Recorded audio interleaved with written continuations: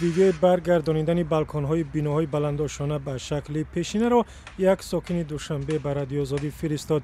شهرداری پایتخت چند پیش امر داد ساکنان کوچه‌های مرکزی ایوان‌های خانه‌هایشان را به شکل اول برگردانند. ویدیو را در کوچه حبیب احراری به نوار گرفتند.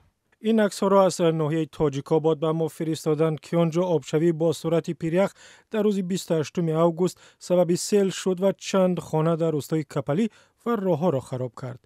یکی از کاربران وبسایت رادیو آزادی این عکس را به ما فرستاده و آن را در تردد عید قربان نام گذاشته است و گروهی از بچه‌ها از ناحیه درواز به افتخار پیروزی دلشاد نظروف گرزانداز تاجیک در بازی‌های المپی ریا از چرخ ماشین رمزی بازی‌های المپی را ساخته و در بالای کوه گذاشتند.